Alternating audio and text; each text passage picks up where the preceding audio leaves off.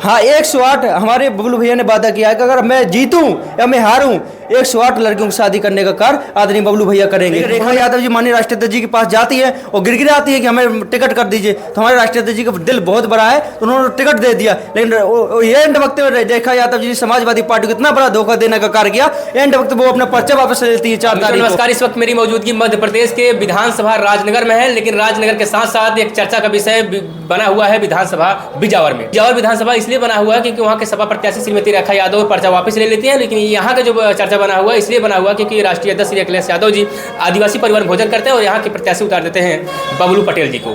और हमारे बीच में सफाई से कार्यकारी सदस्य भी आए हुए हैं, कार्यकर्ता आए हैं समाजवादी पार्टी के, वहीं दूसरी तरफ छतरपुर के समाजवादी पार्टी के प्रवक्ता आए हुए हैं, उनसे बातचीत करेंगे। सर्वप्रथम आप दोनों को स्वागत है।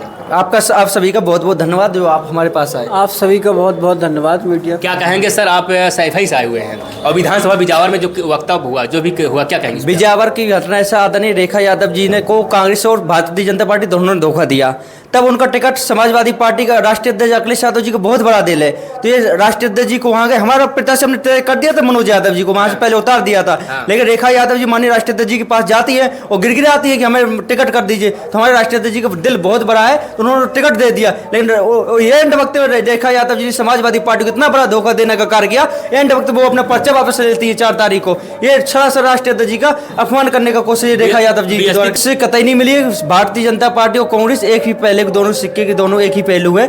वहाँ कांग्रेस से हमारा कोई गठबंधन नहीं है, ना कांग्रेस से मिले है ना भारतीय जनता पार्टी से समाजवादी पार्टी मिली है। तो रेखा यादव जिससे टिकट जब पा जाती हैं तो किस उम्मीद से टिकट भी मिलता है? कहीं अगर मानसिकता नहीं बैठ रहा होगा तो टिकट कैसे मिलेगा? जब भारतीय जनता पार्टी कांग्रेस ने उनको टिकट नहीं दिया तो वो आदरणीय अखिलेश यादव जी के पास आती है और टिकट मांगती हैं, तो राष्ट्रीय अध्यक्ष जी ने उनको टिकट दिया। लेकिन जिस तरीके से राष्ट्रीय अध्यक्ष जी को अपमान करने का कार्य रेखा यादव जी द्वारा किया गया है, ये बहुत ही गलत है और राष्ट्रीय अध्यक्ष जी का इसमें बहुत गलत किया है। कहीं ना कहीं रेखा यादव को लगा होगा कि विधानसभा बिजावर जो है कि हमारे खाते में नहीं आने वाला हो, इस वक्त जो पलटी खा गई हो। देखिए बिजावर की जनता पूरी तरीके से समाजवादी पार्टी के साथ थी। पिछली बार बबलू जो भारतीय जनता पार्टी का भी उम्मीदवार लड़ रहे हैं बबलू शुक्ला जी, वहाँ से सबसे बड़ी जीत हुई थी बबलू शुक्ला बिजावर की, और वो समाजवादी पार्टी की वजह से जीत हुई क्योंकि वहाँ सबसे ज्यादा यादव समीकरण है, यादव वोटर सबसे ज्यादा है, इसलिए वहाँ से वो हमारी सिटिंग सीट रहती। लेकिन हमें रेखा यादव जी ने धोखा देने का कार्य किया। ये रुपयों में कांग्रेस से रुपयों से बिक गई, 3 करोड़ या 5 करोड़ की बात हो रही है जैसा कि चर्चा है।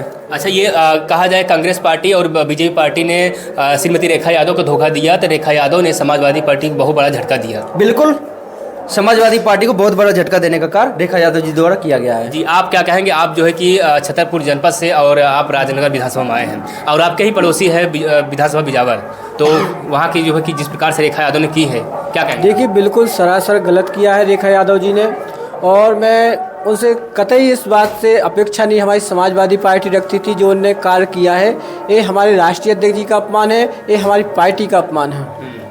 कल राष्ट्रीय अध्यक्ष श्री अखिलेश यादव जी यहाँ पर आए हुए थे, जब हमने उनसे सवाल किया, बातचीत किया, तो साहब तो कह रहे हैं कि मुझे हमारे पार्टी से चलेगी लेकिन कौन लेगा मुझे नहीं पता है, तो एक कटाक्ष भी किए थे। देखिए कहीं ना कहीं उनको जहाँ से भी कुछ होगा उन्हें अपनी किसी भी या बीजेपी या कांग्रेस ने कहीं ना कहीं उनको टाई अप किया होगा।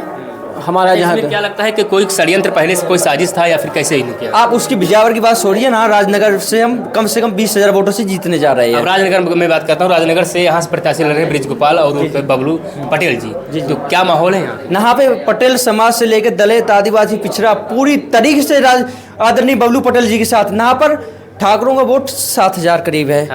यहाँ पे जो ठाकुर वोट 7,000 करीब है, और यहाँ पे और जो अन्य पिछड़ा वर्ग जो दलित ओबीसी सब मिलाकर यहाँ पे 70% लोग हैं, लेकिन विधायक ठाकुर होता है। आपकी बार ये दलित आदिवासी पिछड़ा सब जाग चुका है, आपकी बार एक तरफा होकर समाजवादी पार्टी को वोट करेगा और आदरणीय ब्रिजगोपाल बबलू भैया को कई हजार वोटों से जिताने का कार्य ना कि राजनगर की जनता करने जा रही है। आपकी बात जात विशेष पे वोट करेंगे या फिर जो पार्टी प्रत्याशी देख करके? जात विशेष नहीं, पार्टी देखकर। हमारी जो समाजवादी पार्टी है वो सभी धर्म जाति सबको साथ लेकर चलने का कार्य करती है, और आपकी बार ना हर जाति समूह समाजवादी पार्टी के साथ। बीजेपी के कार्यकर्ताओं का कहना है कि बबलू पटेल पहले अपना विकास कर रहे हैं, वो खुद जो है कि विकास करने सक्षम नहीं है, तो कैसे विकास करेंगे?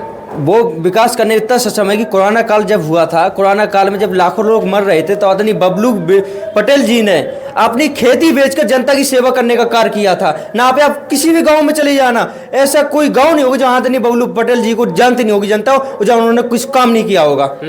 तो क्या कहेंगे कितने वोट से यहाँ से जीतेंगे बबलू जी? बबलू जी यहाँ से 15 से 20 हज़ार वोटों से जीतने जा रहे हैं, भारी बहुमत से जीतने जा रहे हैं। और क्या उम्मीद है कि अगर जीत जाएंगे? जनता भी पूछ रही है कि भाई क्या उम्मीद करें अगर जो भी जीत जाता है। हमारे गांव में भी गया था तो वहाँ गांव वाले कह रहे हैं कि जब कोई जीत जाता है तो भूल ही जाता है।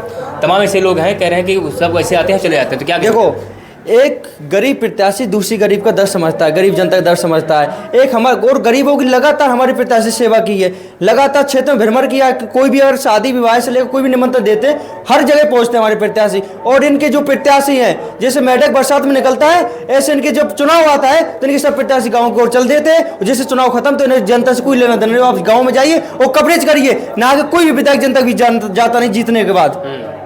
और शादी विवाह के संकल्प भी लिए आप कह रहे थे? हाँ, 108 हमारे बबलू भैया ने वादा किया है कि अगर मैं जीतूं या मैं हारूं, 108 लड़कियों की शादी करने का कार्य आदरणीय बबलू भैया करेंगे। उन्होंने कहा ये जब तक तन में कपड़े रहेंगे, वो एक ही समान कपड़े हमेशा पहने रहते, कहते जब तक ये तन में कपड़े हमारी जान है तब तक ये तन में कपड़े रहेंगे, और जब तक हम अपने पूरे संकल्प निकाल लेते जो उनके संकल्प है। जब कोई पार्टी टिकट देता है प्रत्याशी को तो वो अपना जो वर्दी है, जो अपना पहनावा है वो चेंज कर लेते हैं, अच्छे तरीके से रहते हैं। लेकिन आपके पटेल जी तो ऐसा ही पुराने पहनावा में। हमारे पटेल जी ने वादा किया है, ना कि जनता को आश्वासन दिया कि जब तक हमारे तन में कपड़े रहेंगे, जब तक हम पूरा अपनी जनता की सेवा करके पूरे अपने संकल्प पूरे नहीं कर देते हैं। राष्ट्रीय अध्यक्ष श्री अखिलेश यादव जी इसी विधानसभा में आए थे राजनगर में, और आदिवासी परिवार में भोजन किए थे। क्या लगता है उस भोजन करने से इम्पैक्ट पड़ेगा? आदिवासी समाज का बहुत बड़ा इफेक्ट है। मैं उनके गाँव में गया था, आदिवासी समाज पूरी तरीके से समाजवादी पार्टी के साथ है आपकी बार। अच्छा, चलिए अभी हमारे साथ जुड़े थे, सैफई से भी आए हुए थे, और इसी जनपद के छतरपुर जनपद के समाजवादी पार्टी के प्रवक्ता भी आए हुए, तो दोनों से बातचीत हुआ। फिलहाल जो है कि मित्रों, आप कमेंट बॉक्स में अपनी राय जरूर दीजिएगा। मिलेंगे किसी नए वीडियो में नए अपने साथ। धन्यवाद।